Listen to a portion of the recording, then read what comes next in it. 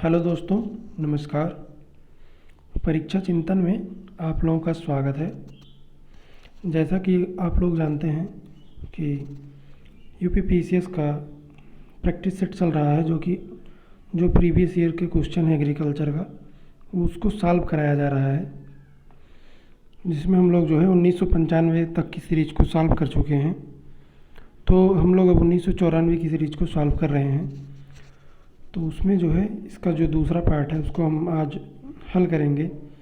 तो चलिए हम लोग शुरू करते हैं। इसमें जो पहला क्वेश्चन है कि root knot is caused by which of the following nematodes. तो पहला ऑप्शन है एफिलिन कोइडिस। इसके बाद दूसरा ऑप्शन है मेलिडोजाइन्स स्पीसीज और तीसरा ऑप्शन है ट्राइकोडोरस। और जो चौथा ऑप्शन दिया गया है दोनों, अर्थात बी व सी। इसमें चौथा ऑप्शन क्या दिया गया है? तो चौथा ऑप्शन इसमें दिया गया है कि बी व सी। ठीक है, तो इसका क्या राइट आंसर हो जाएगा 85 का? तो 85 का जो राइट आंसर हो जाएगा वह बी हो जाएगा, मेलिडोजाइन स्पीसीज जो है इसका राइट आंसर हो जाएगा। बी वाला ऑप्शन जो है इसका राइट हो जाएगा।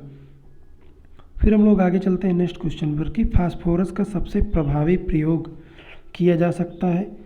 The most efficient use of phosphorus is achieved by.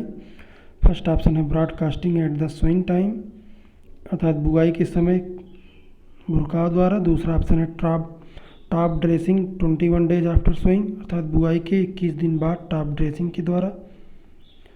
और तीसरा ऑप्शन दिया गया कि basal placement at the time of sowing, बुआई के समय कूट के प्रयोग के द्वारा। और तीसरा ऑप्शन दिया गया कि फोलियर स्प्रे, अर्थात पानी छिड़काव के द्वारा। तो 86 में जो राइट आंसर हो जाएगा वह सी हो जाएगा कि basal placement at the time of sowing, अर्थात बुआई के समय कूट के प्रयोग के द्वारा फास्फोरस का सबसे प्रभावी प्रयोग किया जा सकता है। ठीक है, फिर हम लोग आगे चलते हैं नेक्स्ट क्वेश्चन पर कि गेहूं किस प्रदेश में सबसे अधिक क्षेत्रफल पर उगाया जाता है। Highest area of wheat is in. तो पहला ऑप्शन दिया गया है उत्तर प्रदेश, दूसरा ऑप्शन दिया गया है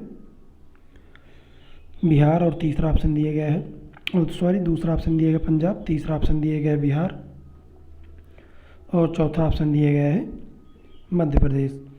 तो इसमें क्या राइट आंसर हो जाएगा? तो इसमें जो पहला ऑप्शन है कि उत्तर प्रदेश इसका राइट आंसर हो जाएगा कि जो क्षेत्रफल की दृष्टि से सबसे अधिक क्षेत्रफल पर उगाया जाता है तो वह उत्तर प्रदेश हो जाएगा। ठीक है, 87 का ए हो जाएगा। फिर हम लोग आगे चलते हैं। जो अगला क्वेश्चन इसमें दिया गया है, अगला क्वेश्चन है कि निम्नलिखित में से कौन सा तत्व मृदा में वातावरण के द्वारा पहुँचता है। तो जो 88 है question, which of the following nutrient is cycled in the soil through atmosphere। तो पहला ऑप्शन दिया गया है, पहला ऑप्शन क्या दिया गया है? फास्फोरस। दूसरा ऑप्शन दिया गया है, दूसरा ऑप्शन है पोटास, तीसरा ऑप्शन है जिंक, चौथा ऑप्शन है नाइट्रोजन। तो तो कौन सा पहुँचता है? जो नत्रजन स्थिरीकरण होता है, जीवाणु वातावरण से नत्रजन को सीधे पौधों के लिए उपलब्ध रूप में परिवर्तित करके मृदा में क्या करते हैं? स्थिर करते हैं। तो इसका क्या राइट आंसर हो जाएगा? तो 88 का राइट आंसर डी हो जाएगा, अर्थात नाइट्रोजन इसका राइट आंसर हो जाएगा। ठीक है, नत्रजन। फिर हम लोग आगे चलते हैं नेक्स्ट क्वेश्चन पर। जो अगला क्वेश्चन दिया गया कि मटर की न्यूनतम अवधि की सब्जी वाली उत्तम प्रजाति कौन सी है। तो which one of the following is shortest duration variety of vegetable pea।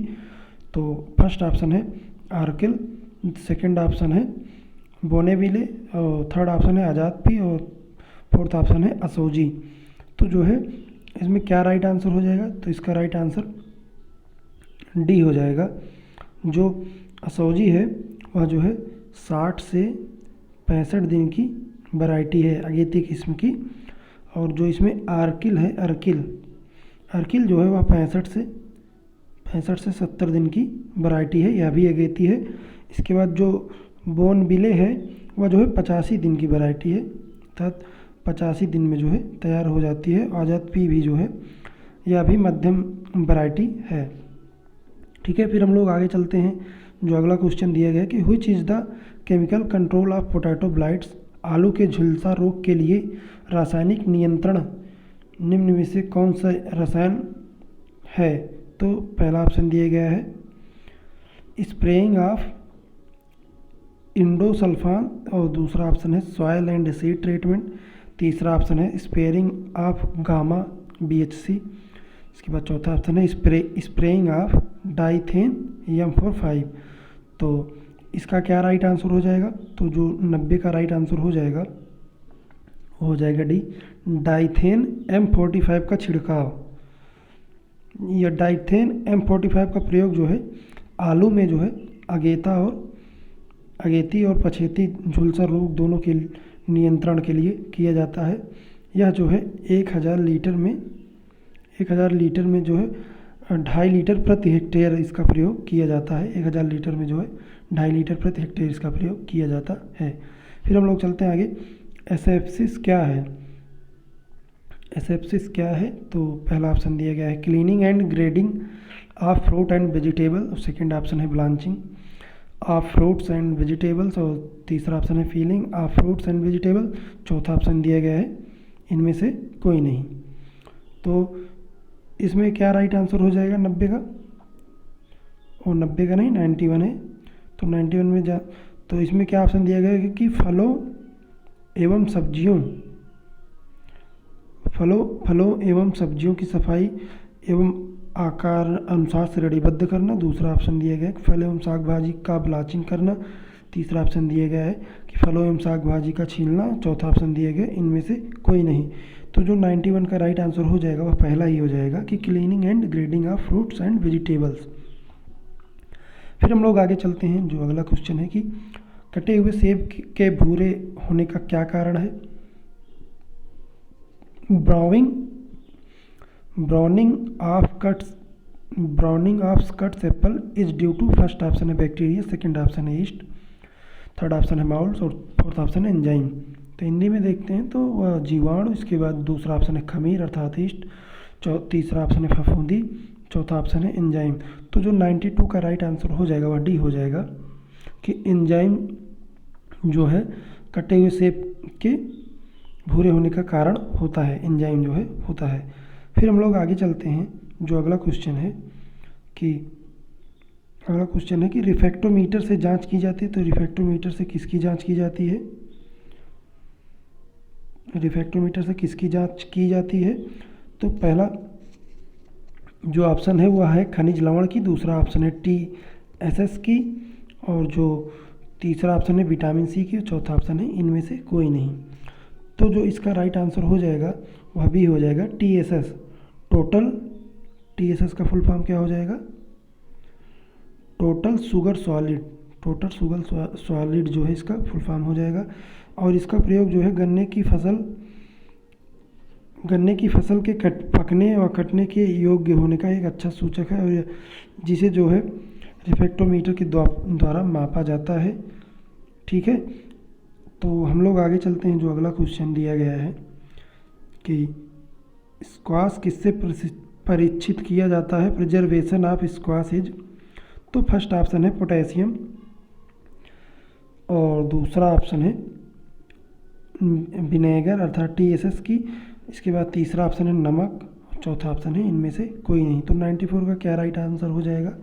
तो पहला इसका राइट आंसर हो जाएगा पोटेशियम मेटाबाइसल्फाइड, जो इसका राइट आंसर हो जाएगा। तो जो है पोटेशियम मेटाबाइसल्फाइड अथवा सोडियम बेंजोएट का प्रयोग करते हैं। तो संतरा, आम या नींबू, अनानास आदि फलों में जो है इसका प्रयोग किया जाता है। फिर हम लोग आगे चलते हैं। जो अगला क्वेश्चन दिया गया है कि CFTRI कहाँ स्थित है। तो पहला ऑप्शन दिया गया है मैसूर, दूसरा ऑप्शन दिया गया है न्यू दिल्ली, तीसरा ऑप्शन दिया गया है लखनऊ, चौथा ऑप्शन दिया गया नन ऑफ दीज। तो केंद्रीय क्या है, इसका फुल फॉर्म क्या हो जाएगा। इसका फुल फॉर्म हो जाएगा central food technology research institute Mysore, अर्थात केंद्रीय खाद्य प्रौद्योगिकी अनुसंधान। ये कहाँ पर स्थित है। तो यह जो है मैसूर में स्थित है। इसका राइट आंसर ए हो जाएगा। ठीक है, फिर हम लोग आगे चलते हैं। जो अगला क्वेश्चन है कि रिटार्ट किसके लिए आवश्यक है। Retort is essential for, first option है फ्रूट कैनिंग, दूसरा ऑप्शन है साग भाजी और डिब्बा बंदी, और तीसरा ऑप्शन है स्क्वाश की बोतल बंदी, चौथा ऑप्शन है इनमें से कोई नहीं। तो जो 96 का राइट आंसर हो जाएगा वो 96 का क्या राइट आंसर हो जाएगा, तो जो है इसमें क्या क्या ऑप्शन दिएगा, हाँ, तो जो 96 का राइट आंसर हो जाएगा वह सी हो जाएगा कि वेजिटेबल कैनिंग जो है रिटार्ट किसके लिए आवश्यक है, तो साग भाजी डिब्बा बंदी के लिए आवश्यक है, जो इसमें 96 जो है राइट आंसर हो जाएगा। फिर हम लोग आगे चलते हैं। जो अगला क्वेश्चन दिया गया है कि फलों की डिब्बा बंदी से पहले ब्लीचिंग किस तापक्रम पर करते हैं, तो इसमें क्या राइट आंसर हो जाएगा, तो जो फलों की डिब्बा बंदी से पहले ब्लीचिंग किस तापक्रम पर करते हैं, तो पहला ऑप्शन दिया गया 80 डिग्री सेल्सियस, दूसरा ऑप्शन दिया गया 90 डिग्री सेल्सियस, तीसरा ऑप्शन दिया गया 100 डिग्री सेल्सियस। तो जो 97 का राइट आंसर हो जाएगा वह सी हो जाएगा कि 100 सेंटीग्रेड पे जो है 100 सेंटीग्रेड पे जो है डिब्बा बंदी से पहले ब्लीचिंग को इस तापक्रम पर रखा जाता है। ठीक है, फिर हम लोग आगे चलते हैं। जो अगला क्वेश्चन है कि end point of jelly at sea level is, समुद्र तल पर जेली तैयार करने का तापक्रम क्या है, तो इसमें क्या राइट आंसर हो जाएगा, जो 98 है 98, तो इसमें पहला ऑप्शन दिया गया है कि 95.5 सेंटीग्रेड, इसके बाद दूसरा ऑप्शन इसमें दिया गया है, दूसरा ऑप्शन है इसमें कि 105.5 सेंटीग्रेड, तीसरा ऑप्शन इसमें दिया गया है, तीसरा ऑप्शन इसमें क्या दिया गया है कि 105.5 सेंटीग्रेड, फिर जो है चौथा ऑप्शन इसमें क्या दिया गया है, चौथा ऑप्शन है इनमें से कोई नहीं। तो जो 98 का राइट आंसर हो जाएगा वह सी हो जाएगा कि 105.5 सेंटीग्रेड पे जो है जेली तैयार करने का यह तापक्रम है। फिर हम लोग आगे चलते हैं। जो अगला क्वेश्चन है 99, तो 99 में पूछा गया है कि the casual organism of red rot a fungal disease of sugar cane is present in, तो गन्ने में कवक द्वारा फैलने वाला रेड रॉट नामक बीमारी किसके कारण होती है, तो पहला ऑप्शन इसमें है, पहला ऑप्शन क्या है, सॉइल भूमि, दूसरा ऑप्शन है क्लाइमेट, तीसरा ऑप्शन है सीड अर्थात प्लांटिंग मटेरियल, चौथा ऑप्शन है वायरस। तो यह रोग जो है किससे फैलता है, तो इसका क्या राइट आंसर हो जाएगा, तो इसका राइट आंसर हो जाएगा कि गन्ने की बीज द्वारा अर्थात जो है प्लांटिंग मटेरियल के द्वारा जो है यह रोग फैलता है, रेड रॉट नामक बीमारी। यह जो है इसका ये कैसे फैलता है, तो इसका प्रकीर्णन जो है पॉलिनेशन कैसे होता है, तो कीटों के द्वारा अर्थात जलवायु के द्वारा होता है। ठीक है, फिर हम लोग आगे चलते हैं। जो अगला क्वेश्चन है कि गेहूं में कर्नल बंट की रोकथाम के लिए बीज शोधन, गेहूं में जो है क्या है, गेहूं में कर्नल बंट की रोकथाम के लिए बीज शोधन है तो अधिक प्रभावशाली रसायन कौन सा है, तो इसमें हम लोग इंग्लिश में देखते हैं the most suitable chemical for seed treatment of wheat against Karnal bunt is, first option है BSC, सेकेंड ऑप्शन है एग्रोसेंजियन और थर्ड ऑप्शन है बीटावैक्स। इसके बाद जो है फोर जो ऑप्शन है डी वाला ऑप्शन है वह कैप्टान है। तो 100 का क्या राइट आंसर हो जाएगा, 100 का राइट आंसर हो जाएगा बीटावैक्स जो है कर्नल बंट की रोकथाम के लिए जो है बीज शोधन है तो अधिक प्रभावशाली जो है रसायन है। ठीक है, फिर हम लोग आगे चलते हैं कि मूंगफली का जन्म स्थान है ओरिजिन ऑफ ग्राउंडनट इज, तो फर्स्ट ऑप्शन दिया गया है भारतवर्ष, सेकंड ऑप्शन दिया गया है ब्राज़ील और थर्ड ऑप्शन दिया गया है अफ्रीका और फोर्थ ऑप्शन दिया गया जापान। तो इसका राइट आंसर जो होगा उसको आप लोग कमेंट करके बताइएगा। इसका हम आप लोगों का आंसर नहीं बताएंगे कि मूंगफली का जन्म स्थान कहाँ है, तो इसका जो है आप लोग कमेंट करके बताइएगा। फिर हम लोग आगे चलते हैं। जो अगला क्वेश्चन है कि द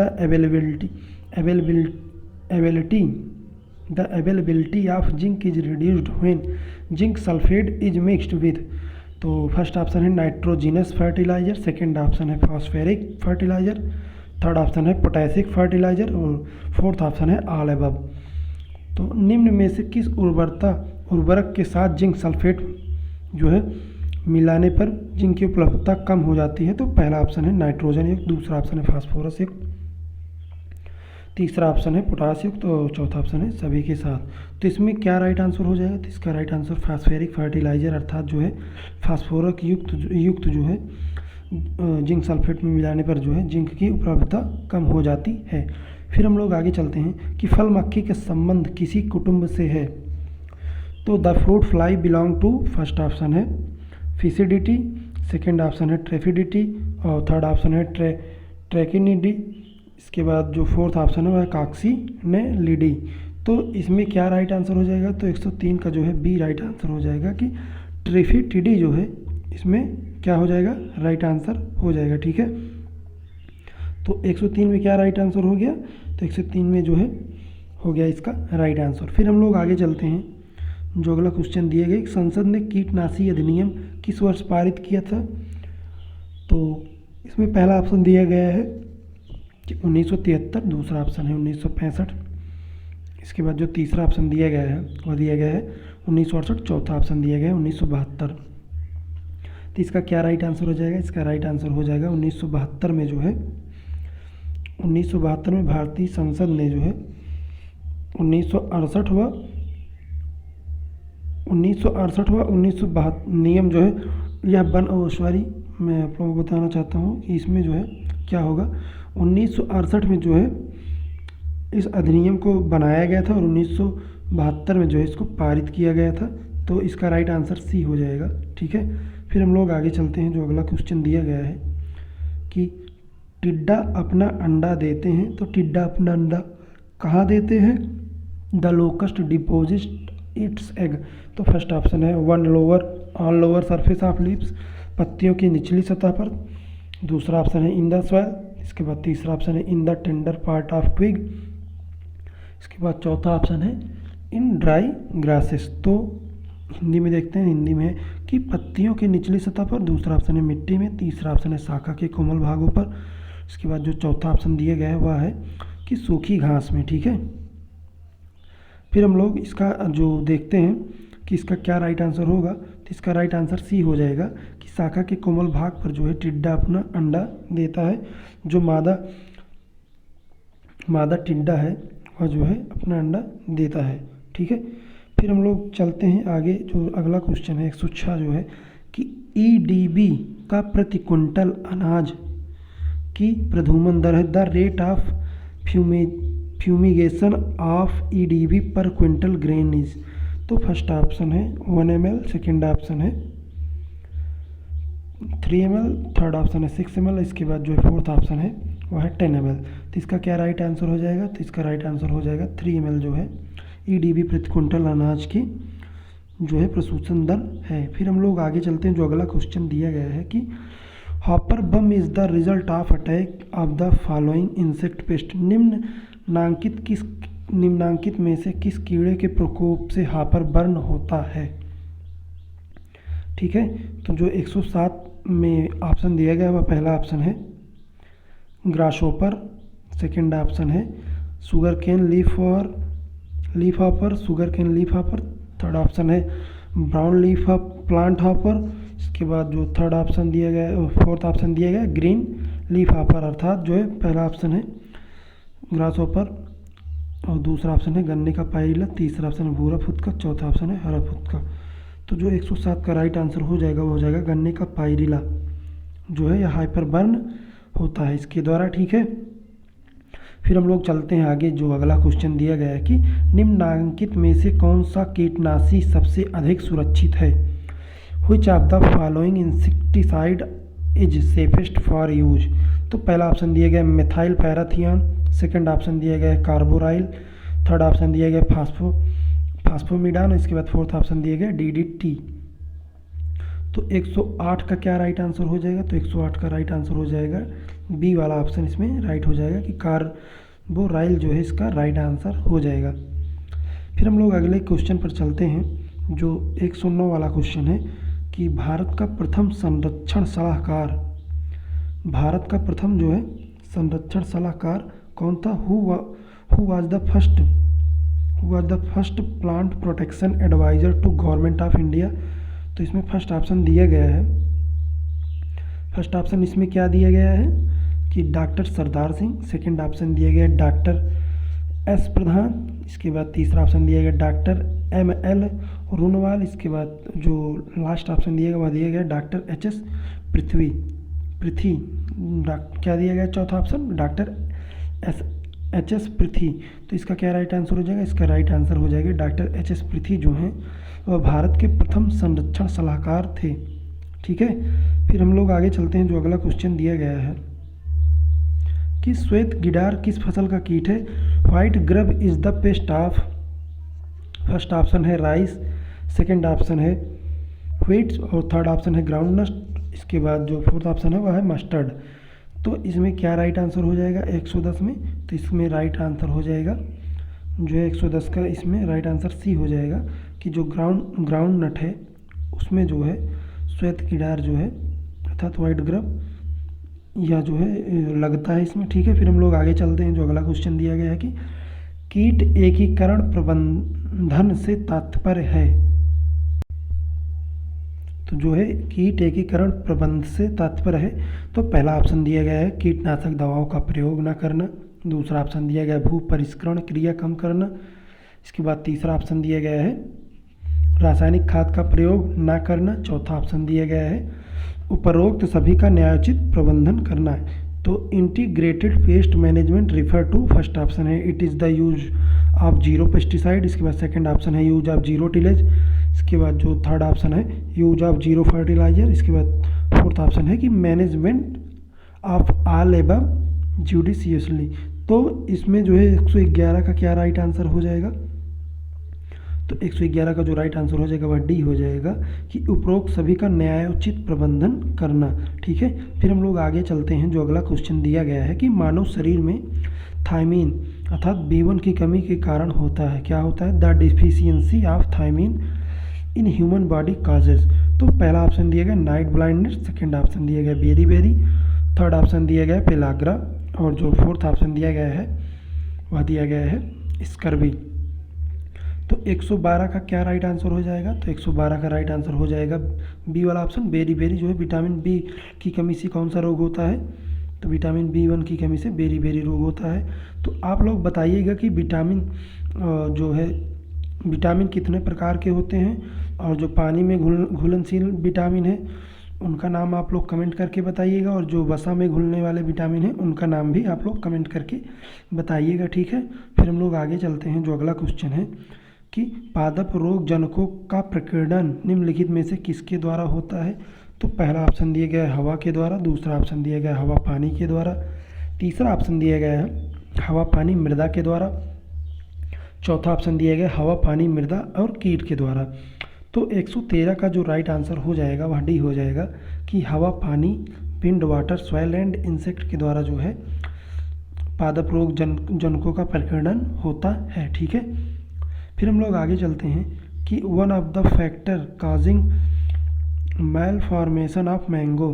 तो आम के विकृत रोग का एक कारण है, क्या कारण है, तो आप लोग देखिए ऑप्शन है, पहला ऑप्शन है फंगस, दूसरा ऑप्शन है निमेटोड्स अर्थात सूत्रकृमि, इसके बाद जो तीसरा ऑप्शन है वह है वायरस, चौथा ऑप्शन है बैक्टीरिया। तो 114 का क्या राइट आंसर हो जाएगा, तो यह हो जाएगा वायरस जो है आम के विकृत रोग का एक कारण है। ठीक है, फिर हम लोग आगे चलते हैं। जो अगला क्वेश्चन है कि धान के पौधों में जिंक की कमी से होने वाला कौन सा रोग है।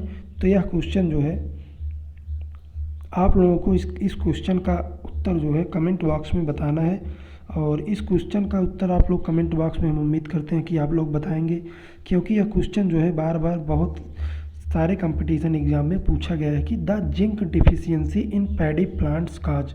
तो फर्स्ट ऑप्शन है ब्लाइट डिजीज़, सेकेंड ऑप्शन है अरगट डिजीज़, इसके बाद थर्ड ऑप्शन है स्मट डिजीज़ और जो है फोर्थ ऑप्शन है कि खैरा डिजीज़। ठीक है, फिर हम लोग आगे चलते हैं। जो अगला क्वेश्चन इसमें दिया गया है कि फूलों की खेती का वैज्ञानिक नाम क्या है। The flower farming is scientifically called. तो फर्स्ट ऑप्शन है पिसिकल्चर, सेकंड ऑप्शन है आर्बोरिकल्चर, थर्ड ऑप्शन है ओलरिकल्चर और फोर्थ ऑप्शन है फ्लोरिकल्चर। तो जो 116 का राइट आंसर हो जाएगा कि फूलों की खेती का वैज्ञानिक नाम क्या होगा, तो वह हो जाएगा फ्लोरिकल्चर। ठीक है, तो इसी प्रकार से आप लोग बताइएगा कि सब्जियों की खेती को हम लोग किस में अध्ययन करते हैं, सब्जियों की खेती का। ठीक है, फिर हम लोग आगे चलते हैं। जो अगला क्वेश्चन दिया गया है कि आम के फल जो बाढ़ पर हैं और उनकी पूरी सतह नीले हरे धब्बे जो बाद में गहरे भूरे काले रंग में बदलकर मध्य फलभित तक फैल जाती है, विशेष लक्षण है, किसका लक्षण है? तो पहला ऑप्शन है आंतरिक कालेपन का, दूसरा ऑप्शन है आम की कोयली का, तीसरा ऑप्शन है स्पंजी ऊतक का और चौथा ऑप्शन है अन्य कुछ का। तो 117 का क्या राइट आंसर हो जाएगा?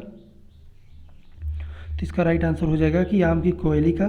तो आप लोग बताइएगा कि आम जो है यह कोयल अर्थात जो काला हो जाता है आम, धब्बा पड़ जाता है, या किसकी कमी के कारण होता है? तो आप लोग इसको भी आप लोग कमेंट करके बताइएगा। ठीक है, फिर हम लोग चलते हैं आगे। जो अगला क्वेश्चन इसमें दिया गया है कि लीची के खाने वाले भाग का क्या नाम है? ठीक है, विच पार्ट ऑफ द लीची इज एडिबल? तो पहला ऑप्शन दिया गया है बीज पोलक, दूसरा ऑप्शन दिया गया मांसल पुष्पासन, तीसरा ऑप्शन दिया गया सरस बीजांडी, चौथा ऑप्शन दिया गया है, चौथा ऑप्शन इसमें दिया गया है कि एरिल। ठीक है, तो इसका क्या राइट आंसर हो जाएगा 118 का? तो 118 का राइट आंसर हो जाएगा डी, कि एरिल भाग जो है, एरिल पार्ट जो है लीची का खाया जाने वाला पार्ट है। तो आप लोग बताइएगा कि जो सेब का खाया जाने वाला भाग है उसको हम लोग क्या कहते हैं, एप्पल के खाए जाने वाले भाग को क्या कहा जाता है। ठीक है, फिर हम लोग आगे चलते हैं। जो अगला क्वेश्चन है कि लिंग के आधार पर आम में से किसी जोड़े के फल होते हैं, अर्थात पूछा गया है कि the combination of sex type flowers set in mango are. तो फर्स्ट ऑप्शन है नर व मादा अर्थात male and female, second option है मेल एंड हर्माफ्रोडाइट, इसके बाद थर्ड ऑप्शन है फीमेल एंड हर्माफ्रोडाइट, इसके बाद फोर्थ ऑप्शन है कि मेल फीमेल एंड हर्माफ्रोडाइट।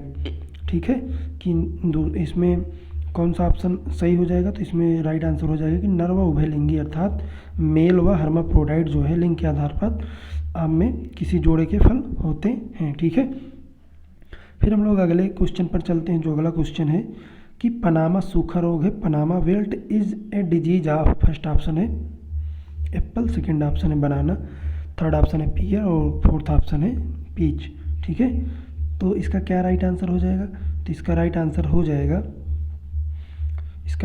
जाएगा बी वाला ऑप्शन, कि पनामा रोग जो है वह बनाना में लगता है। ठीक है, फिर इसी के साथ जो है हम लोग आपसे जो है 2 या 3 क्वेश्चन एग्रीकल्चर का और पूछेंगे, तो आप लोग जो है कमेंट करके बताइएगा। तो पहला क्वेश्चन क्या है? पहला क्वेश्चन यह है कि फादर ऑफ एग्रोनॉमी, आप लोग बताइएगा कमेंट करके फादर ऑफ एग्रोनॉमी किसे कहा जाता है। ठीक है, एक क्वेश्चन तो ये हो गया, और दूसरा क्वेश्चन यह है कि आईसीआर की स्थापना कब हुई थी? तो आप लोग इसको भी बताइएगा। ठीक है, और किसके समय में हुई थी, अर्थात कौन गवर्नर था। ठीक है, फिर हम लोग आगे चलते हैं। जो अगला क्वेश्चन है कि जो है आज़ादी के पहले जो है, ठीक है, आज़ादी के पहले जो है वह जो है IARI है, IARI। तो आज़ादी के पहले इसमें जो आई है उसका क्या नाम था? आप लोग जो है कमेंट करके बताइएगा। ठीक है, और अगर आप लोगों को वीडियो पसंद आया हो तो वीडियो को लाइक करिए, शेयर करिए और चैनल को सब्सक्राइब करिए और टेलीग्राम के ग्रुप को ज्वाइन करिए। जय हिंद, जय भारत।